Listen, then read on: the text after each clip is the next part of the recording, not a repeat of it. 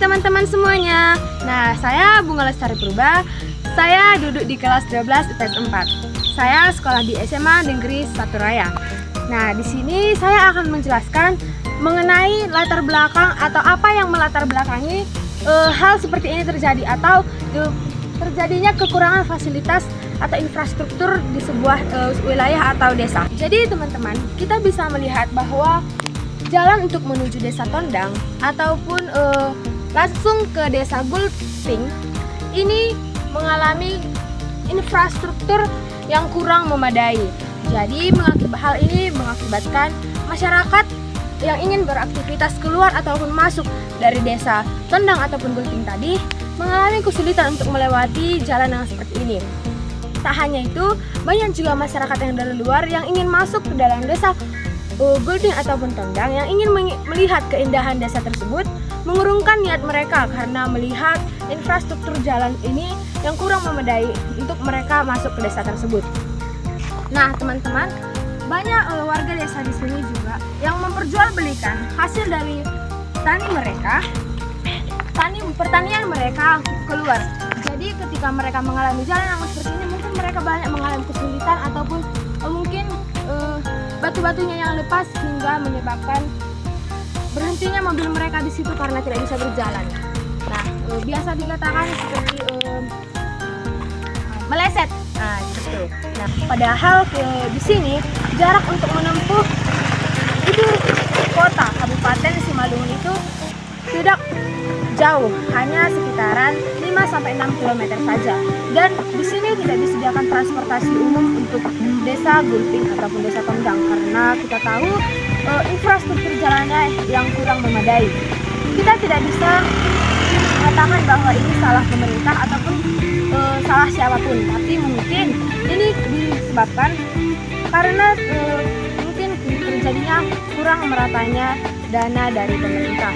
Mungkin banyak di desa-desa lain juga mengalami hal seperti ini, bahkan mungkin lebih buruk daripada ini. Jadi untuk saat ini desa Gulping dan Tondang ini menjalani aktivitas mereka dengan melewati jalanan seperti ini.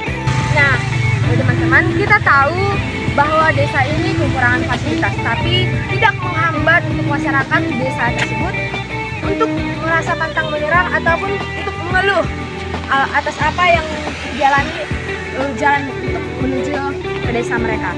Nah, teman-teman, walaupun desa ini dekat dengan wilayah nasional yaitu ibu kota Simalungun, tapi jalan ini mengalami kekurangan infrastruktur yang memadai.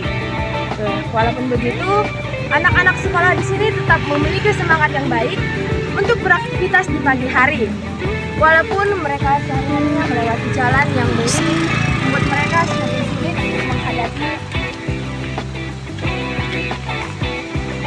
untuk menghadapi jalan ketika hujan ataupun kemarau, karena bisa jadi licin ataupun mengalami batu-batu lepas.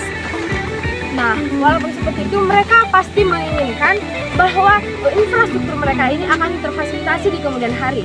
Walaupun mereka tidak mengeluh, pasti mereka memiliki harapan. Tak hanya mereka, kami juga sebagai orang yang menjelaskan di sini dan yang melihat keadaan infrastruktur di sini, kami ingin bahwa suatu saat nanti jalan tersebut ini bisa terfasilitasi dengan baik. Tidak hanya jalan, begitu juga dengan pembangunan atau pertumbuhan yang ada di dalam desa Tondang maupun Gulping. Jadi teman-teman, kita bisa melihat bahwa walaupun banyak kesulitan yang kita alami, kita tidak boleh pantang menyerah. Nah, mungkin terkadang kita merasa bahwa kita berbeda dengan orang lain. Nah, walaupun seperti itu, kita tidak boleh merasa insecure ataupun merasa kalau kita itu rendah jika kita mengalami hal yang seperti ini, karena kita pasti memiliki potensi yang baik di kemudian hari. Dan teman-teman, di sini memang tidak memiliki transportasi yang baik dan bagus, tapi kita tidak boleh mengeluh. Dan harapan kita untuk kedepannya bahwa ini akan bisa menjadi desa yang lebih baik lagi dan infrastrukturnya saling memadai. Bisa dilihat seperti saya juga bahwa banyak kesulitan yang dialami ketika melewati jalan ini. Nah, teman-teman, sekian dari penjelasan yang bisa saya sampaikan pada hari ini dan mengenai keterbelakangan infrastruktur